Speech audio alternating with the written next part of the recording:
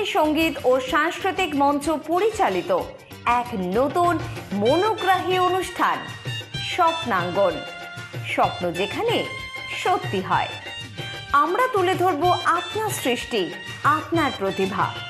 অংশগ্রহণ করতে যোগাযোগ করুন 7003226279 বা 9073121608 এই নাম্বারে। অনুষ্ঠানটি দেখুন শুধুমাত্র চ্যানেল ভিশনে। নমস্কার, আপনারা দেখছেন চ্যানেল ভিশন আয়োজিত অনুষ্ঠান স্বপ্নাঙ্গন, আর আমি আপনাদের সাথে কৌবনী সঙ্গীত ও সাংস্কৃতিক মঞ্চের কর্ণধার শ্রাবণী চক্রবর্তী। প্রতিদিন আমাদের সাথে বিশিষ্ট সঙ্গীত শিল্পী, আবৃত্তি শিল্পী এবং নৃত্যশিল্পীরা থাকেন। অবশ্যই স্বপ্নাঙ্গন মানেই আপনাদের মনোগ্রাহী অনুষ্ঠান। সেটা একদম আজকেও ভুল হয়নি। আজকেও আমাদের সাথে যে শিল্পী বন্ধুরা রয়েছেন অবশ্যই তারাও বিশিষ্ট।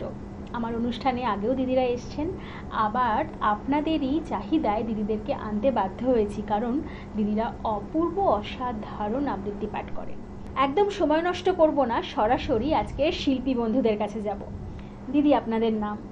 আমি ঝুমা চক্রবর্তী। আমি সুমনা দাস।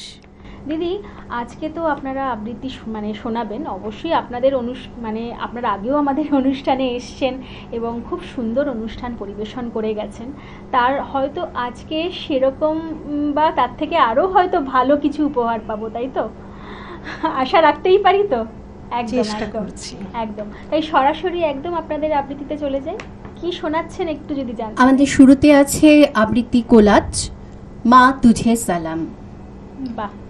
সামনেই পুজো, আমরা রত হব মাতৃবন্দনায়। তাই সকল নারীদের প্রতি শ্রদ্ধা জানিয়ে আমাদের নিবেদন আজকের কবিতা কোলাজ, মা তুঝে সালাম। সংকলন আমার। কবিতা কোলাজটিতে যেসব কবিদের কবিতা ব্যবহার করেছি সে প্রণম্য কবিরা হলেন কবিগুরু রবীন্দ্রনাথ ঠাকুর, কাজী নজরুল ইসলাম, শুভ দাশগুপ্ত, মল্লিকা সেনগুপ্ত এবং সমিতা দাস। কবিতা কোলাজ, মা তুঝে সালাম।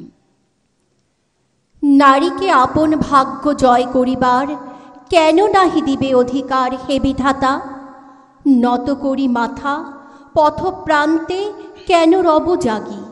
ক্লান্ত ধৈর্য প্রত্যাশার পূরণের লাগি দৈবাগত দিনে শুধু শূন্যে চেয়ে রব?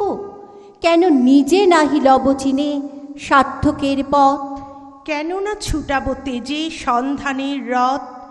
দুর্ধর্ষ অশ্বেরে বাঁধি দৃঢ় বলগা পাশে, দুর্জয় আশ্বাসে দুর্গমের দুর্গ হাত হতে সাধনার ধন। কেন নাহি করি আহরণ প্রাণ করিপন? সাম্যের গান গাই, আমার চক্ষে পুরুষ রমণী কোনো ভেদাভেদ নাই।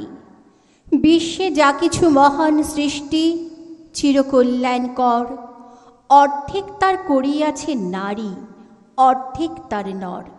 বিশ্বে যা কিছু এলো পাপ তাপ বেদনা অশ্রু বাড়ি, অর্ধেক তার আনিয়াছে নর, অর্ধেক তার নারী। বাঁশিওয়ালা বেজে ওঠে তোমার বাঁশি, ডাক পড়ে অমর্ত্য লোকে। সেখানে আপন গরিমায় উপরে উঠেছে আমার মাথা। সেখানে কুয়াশার পর্দা ছেঁড়া তরুণ সূর্য আমার জীবন। সেখানে আগুনে ডানা মেলে দেয় আমার বারণ না মানা আগ্রহ। উড়ে চলে অজানা শূন্য পথে প্রথম ক্ষুধায় অস্থির গরুরের মতো। জেগে ওঠে বিদ্রোহিণী, তীক্ষ্ণ চোখের আড়ে জানায় ঘৃণা। চারদিকের ভীরুর ভিড়কে কৃষ কুটিলের কাপুরুষতাকে। এ বিশ্বে যত ফুটিয়াছে ফুল, ফলিয়াছে যত ফল, নারী দিল তাহে রূপরস মধু গন্ধ সুনির্মল। তাজমহলের পাথর দেখেছ, দেখিয়াছ তার প্রাণ? অন্তরে তার মমতাজ নারী, বাহিরিতে শাহজাহান। জ্ঞানের লক্ষ্মী গানের লক্ষ্মী শস্য লক্ষ্মী নারী, সুষমা লক্ষ্মী নারী ফিরেছে রূপে রূপ সঞ্চারী। পুরুষ এনেছে দিবসের জ্বালা তপ্ত রৌদ্রদাহ, কামিনী এনেছে যামিনী শান্তি সমীরণ বাড়িবাহ। দিবসে দিয়াছে শক্তি সাহস, নিশীথে হয়েছে বধূ। পুরুষ এসেছে মরুতৃষা লয়ে, নারী যোগায়েছে মধু। শস্যক্ষেত্র উর্বর হলো, পুরুষ চালালো হল। নারী সেই মাঠে শস্য রোপিয়া করিল সুশ্যামল। নর বাহে হল, নারী বাহে জল, সেই জল মাটি মিশে ফসল হইয়া ফলিয়া উঠিল সোনালি ধানের শীষে। আমি নারী, আমি মহীয়সী, আমার সুরে সুর বেঁধেছে জ্যোৎস্না বিনায় নিদ্রাবিহীন শশী। আমি নইলে মিথ্যা হতো সন্ধ্যা তারা ওঠা, মিথ্যা হতো কাননে ফুল ফোটা। কেন রে তুই সহিস এত তাপ, নারী হয়ে জন্মানো কি এতই বড় পাপ? রাস্তাঘাটে স্কুল কলেজে হচ্ছিস কেন ইপটিজিংয়ের শিকার? রুখতে হবে তোকেই রে মেয়ে এই মানসিক বিকার। পণ প্রথা আর নির্যাতনের করবি মোকাবিলা, পরাধীনতার শিকল ছিঁড়ে পড়বি জয়ের মালা। রণং দেহি রূপেরে তুই করবি অসুর বিনাশ, প্রতিবাদের প্রবল ঝড়ে শত্রুদের কর বিনাশ। এগিয়ে যা বীরাঙ্গনা তুই, ভুলে সকল গ্লানি, সোনালি রোদের সুখ বাতাস নিশ্চয় আসবে জানি। বিশ্বায়নে পণ্যায়নে খণ্ড খণ্ড মানচিত্রে, বাংলা বিহার রাজস্থানে সাধারণী নমস্তুতে। পণ্যব্রতে পত্নীব্রতে মোহমুদ্রা ধ্বংসমুদ্রা, প্রযুক্তিতে গৃহকর্মে সাধারণী নমস্তুতে। শোনো মর্তের জীব, অন্যেরে যত করিবে পীড়ন, নিজে হবে তত ক্লীব। স্বর্ণ রৌপ্য অলঙ্কারের যক্ষ পুরীতে নারী, করিল তোমায় বন্দিনী বলো কোন সে অত্যাচারী? আপনারে আজ প্রকাশের তব নাই সেই ব্যাকুলতা, আজ তুমি ভীরু আড়ালে থাকিয়া নেপথ্যে কও কথা। চোখে চোখে আজ চাহিতে পারো না, হাতে রুলি পায়ে মল, মাথার ঘোমটা ছিঁড়ে ফেলো নারী, ভেঙে ফেলো শিকল। যে ঘোমটা তোমা করিয়াছে ভীরু, ওরাও সে আবরণ, দূর করে দাও দাসীর চিহ্ন যেথা যত আভরণ। আমি সেই মেয়ে, বাসে ট্রেনে রাস্তায় আপনি যাকে রোজ দেখেন, যার শাড়ি, কপালের টিপ, কানের দুল আর পায়ের গোড়ালি আপনি রোজ দেখেন, আর আরও অনেক কিছু দেখতে পাবার স্বপ্ন দেখেন। আমি সেই মেয়ে। বিহারের প্রত্যন্ত গ্রামে দিনের আলোয় যা ছায়া মারানো আপনার ধর্মে নিষিদ্ধ, আর রাতের গভীরে যাকে বস্তি থেকে তুলে আনতে পাইক বরকন্দাজ পাঠান আপনি, আর সুসজ্জিত বিছানায় যার জন্যে অপেক্ষায় অধীর হয় আপনার রাজকীয় লামপট্ট, আমি সেই মেয়ে। আমি সেই মেয়ে, আসামের চা বাগানের ঝুপড়ি কামিন বস্তি থেকে যাকে আপনি নিয়ে যেতে চান সাহেবী বাংলোয় মধ্যরাতে, ফায়ার প্লেসে ঝলসে ওঠা আলোয় মোদির চোখে দেখতে চান যার অনাবৃত শরীর। আমি সেই মেয়ে। রাজস্থানের শুকনো উঠোন থেকে পিপাসার জল আনতে যাকে আপনি পাঠিয়ে দেন 10 মাইল দূরে সরকারি ইদারায়, আর 20 মাইল হেঁটে ক্লান্ত বিধ্বস্ত যে রমণী ঘরা কাকে ঘরে ফিরলেই যাকে বসিয়ে দেন চুলার আগুনের সামনে আপনার রুটি বানাতে, আমি সেই মেয়ে। আমি সেই মেয়ে যাকে নিয়ে আপনি মগ্ন হতে চান গঙ্গার ধারে, কিংবা ভিক্টোরিয়ার সবুজে, কিংবা সিনেমা হলের নীল অন্ধকারে, যার চোখে আপনি এঁকে দিতে চান ঝুটা স্বপ্নের কাজল, আর ফুরিয়ে যাওয়া সিগারেটের প্যাকেটের মতো যাকে পথের পাশে ছুঁড়ে ফেলে আপনার ফুল সাজানো গাড়ি শুভ বিবাহ সুসম্পন্ন করতে ছুটে যায় শহরের রাস্তায়।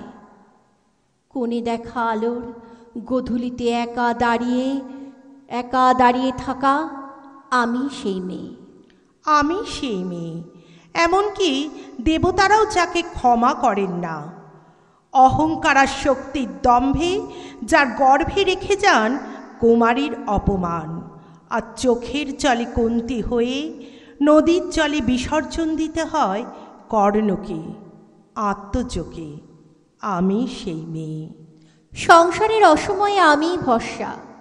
আমার ছাত্র পড়ানো টাকায় মায়ের ওষুধ কেনা হয়, আমার বাড়তি রোজগারে ভাইয়ের বই কেনা হয়। আমার সমস্ত শরীর প্রবল বৃষ্টিতে ভিজতে থাকে, কালো আকাশ মাথায় নিয়ে আমি ছাতা হয়ে থাকি। ছাতার নিচে সুখে বাঁচে সংসার। আপনারা আমার জন্য অনেক করেছেন।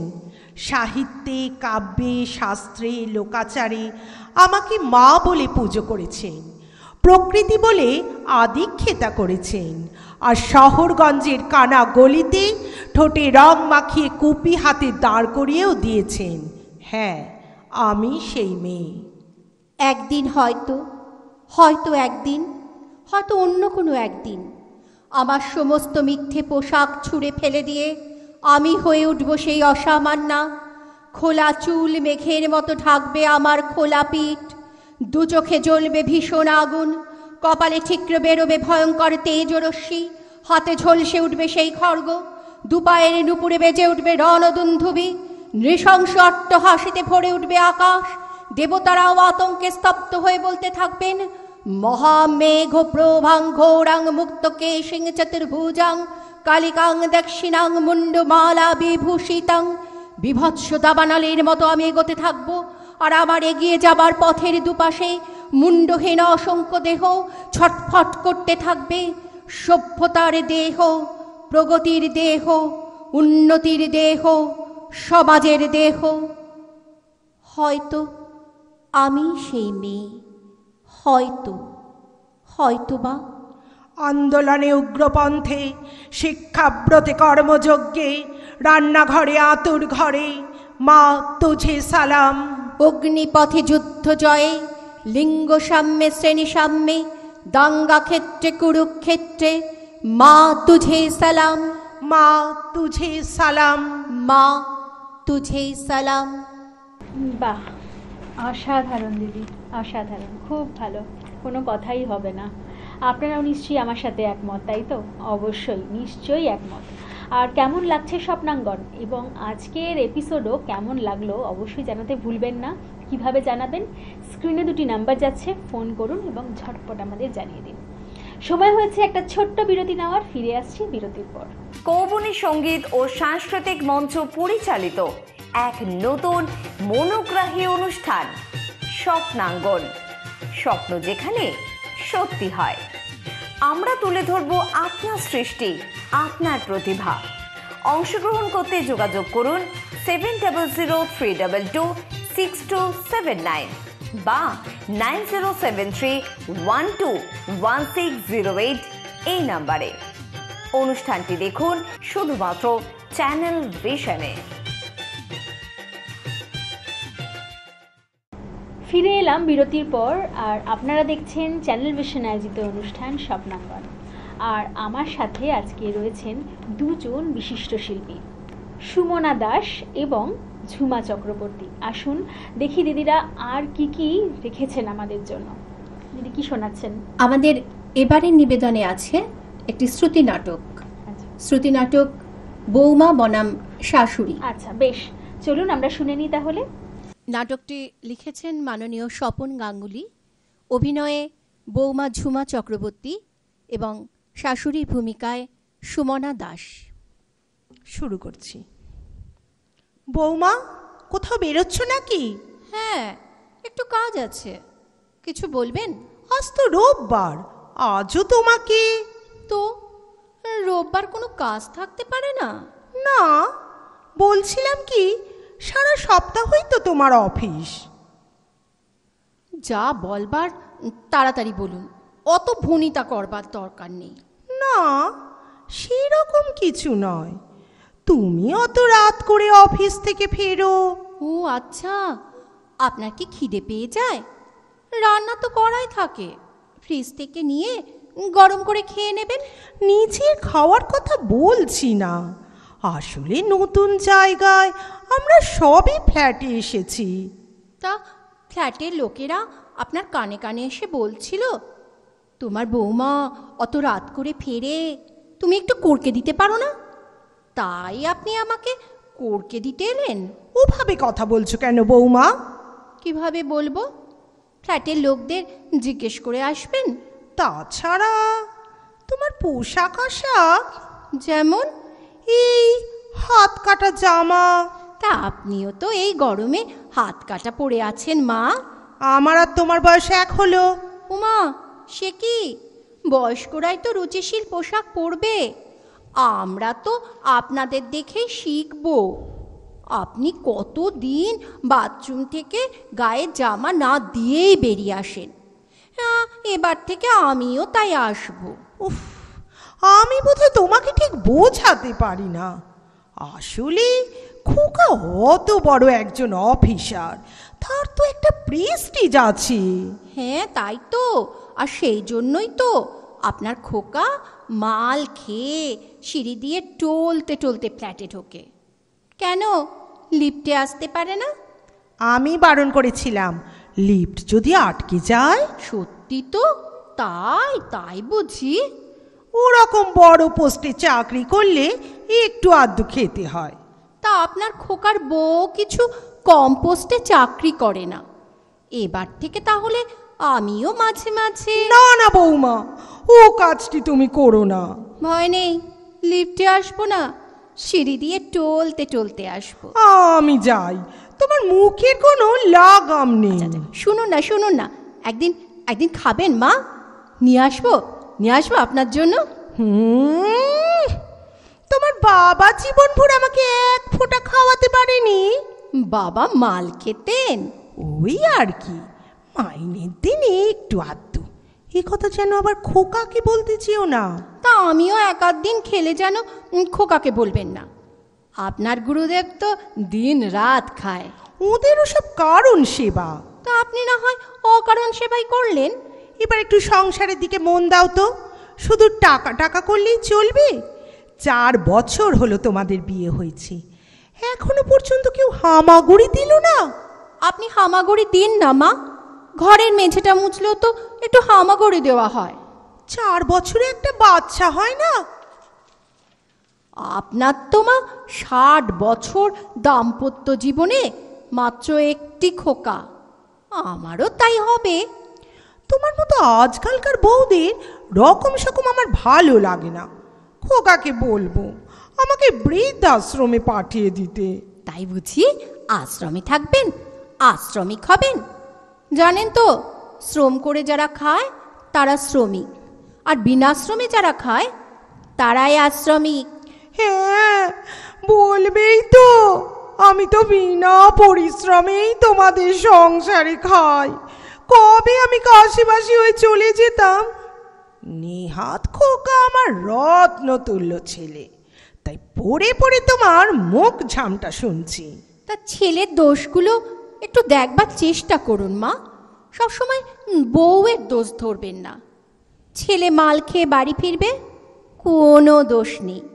উঁচু পোস্টে কাজ করে তো ওরকম একটু আধটু হয়। ছেলে বাড়ির কোনো নিয়ম মানবে না, ঠাকুর ঘর মানবে না, জিনিসপত্র ছড়িয়ে ছিটিয়ে রাখবে। খোকা আমার বরাবরই ওই রকম ছন্ন ছাড়া। তুমি একটু মানিয়ে নিলেই তো পারো বৌমা। আমি কি খোকার কোনো দোষই ধরি না? ধরেন তো ধরেন। যদি দেখেন খোকা আমার সঙ্গে ফিসফাস করছে, বারান্দার ফাঁকে জড়িয়ে ধরছে, হাসি ঠাট্টা করছে, অমনি খোকা বউয়ের সঙ্গে ওরকম আদিক্ষেতা করিস না, তুই না পুরুষ মানুষ। কথাটা কি মিথ্যে? আমাদের সময় রাত্রিরে ঘরে এসে তবে বরের সঙ্গে দুটো কথা বলতে পারতাম।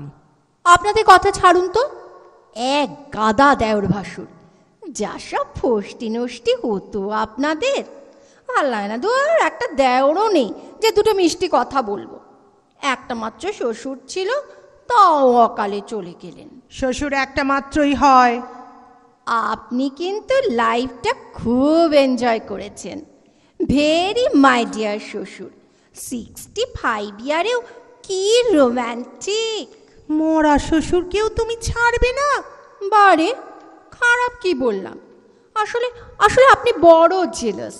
শ্বশুরমশাইয়ের সুখ্যাতি আপনার সহ্য হয় না। সুখ্যাতি তো করবেই, বুড়ো বয়সের ভীমরতি।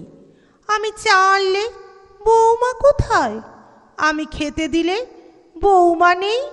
এমনকি স্নানের সময়ও গরম জলটা বৌমাকেই দিতে হবে। তো নিজের বউ বুড়ি হয়ে গেলে ওরকম একটু শখ হয় মা। তবু তো লুকিয়ে লুকিয়ে আপনার জন্য তেলে ভাজা। ওটা তোমার শ্বশুরের চিরকালের অভ্যাস। অফিস থেকে ফেরবার সময় আমার জন্য কিছু না কিছু আনবেই। আচ্ছা মা, আপনি আপনি কোনোদিন প্রেম করেছেন? কাকে কি বলছো বৌমা?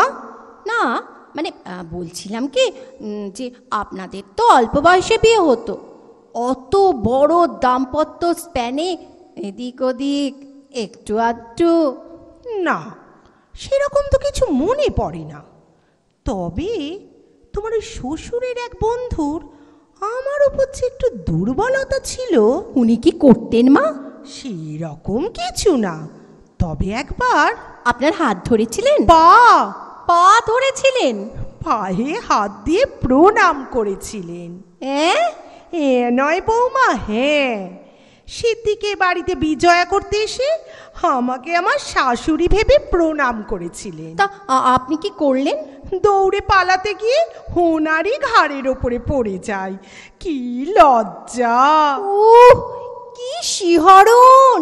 এর মধ্যে আবার শিহরণ কোথায় দেখলে? হয় হয় মা, আমিও তো একজন মেয়ে। এই দেখুন না, কাল অত রাতে আমি আর আমার বস সোহাগ যখন লিফটে নামছি, হঠাৎ হলো লোডশেডিং। লিফটের মধ্যে ঘুটঘুটে অন্ধকার। আমি তো ভয়ে সোহাগকে একদম জড়িয়ে ধরেছি। তোমার লজ্জা করলো না? কি করব, ভয় করলো যে। তারপর আর কি, 1 মিনিটের মধ্যে আলো এসে গেল। 1 মিনিট মানে 60 সেকেন্ড? খোকাকে বলেছো? মা, আপনি যেন কি, এ কথা ওকে বলা যায়? আপনি বলেছিলেন কর্তার বন্ধুর ঘাড়ের ওপর পড়লেন যখন। যাই বলো বৌমা, তোমাদের দিনকালটা ভালো নয়। তোমরা কোথায় থামতে হয় জানো না। প্রবলেমটা ওইখানেই মা, আপনারা কোথায় শুরু করতে হয় জানতেন না। আপনাদের ইচ্ছে অনিচ্ছের কোনো দাম দেওয়া হতো না, তাই আপনাদেরকে পুরুষ দেবতাটির ওপরই নির্ভর করতে হতো। 1000 টাকার ঝাড়বাতির নিচে আপনাদের স্বামীদের রাত কাটতো, আর আপনারা লণ্ঠন জেলে সারা রাত অপেক্ষা করতেন। পরনে ঢাকাই শাড়ি, কপালে সিঁদুর। জামানা বদলে গেছে মা, আমি চলি, ওভারটাইম আছে। আপনার খোকা ফোন করলে বলে দেবেন ফিরতে রাত হবে। সারাটা দিন আমার একা একা কি করে কাটবে বৌমা? এমটিভি দেখুন, ফ্যাশন প্যারেড দেখুন। বয়সটা ভুলে যান মা, প্রতিটি মুহূর্তে নিজেকে বাঁচিয়ে তুলুন। আজ আপনার ছেলে নেই তো, আসুন আসুন, আজ আপনাকে একটু হামি খেয়ে বেরোয়। হা, ছাড়ো ছাড়ো পাগলি কোথাকার। ওই ওই শোনো, তোমার গাড়ির হর্ন বাজছে। যাচ্ছি যাচ্ছি, টাটা। টাটা।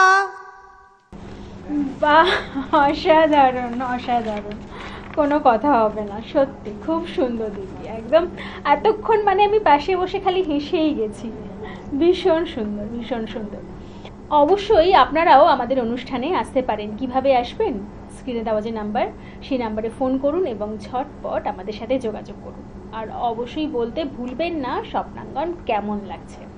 আজকে নিশ্চয়ই আমাদের পর্ব আপনাদের অসাধারণ লেগেছে, এবং দিদিদেরকেও জানাই অসংখ্য ধন্যবাদ এত সুন্দর অনুষ্ঠান আমাদের উপহার দেওয়ার জন্য। খুব ভালো থাকবেন দিদি, আজকে সময় একদম শেষ, এখানেই আপনাদেরকে বিদায় জানাতে হবে। খুব ভালো লাগলো, আবারও আসবেন, হ্যাঁ এই কামনাই করি। আজকে এখানেই বিদায় নিচ্ছি দিদি, খুব ভালো থাকবেন, নমস্কার। কৌবনী সঙ্গীত ও সাংস্কৃতিক মঞ্চ পরিচালিত এক নতুন মনোগ্রাহী অনুষ্ঠান স্বপ্নাঙ্গন, স্বপ্ন যেখানে সত্যি হয়। আমরা তুলে ধরব আপনার সৃষ্টি, আপনার প্রতিভা। অংশগ্রহণ করতে যোগাযোগ করুন 7003226279 বা 9073121608 এই নাম্বারে। অনুষ্ঠানটি দেখুন শুধুমাত্র চ্যানেল ভিশনে।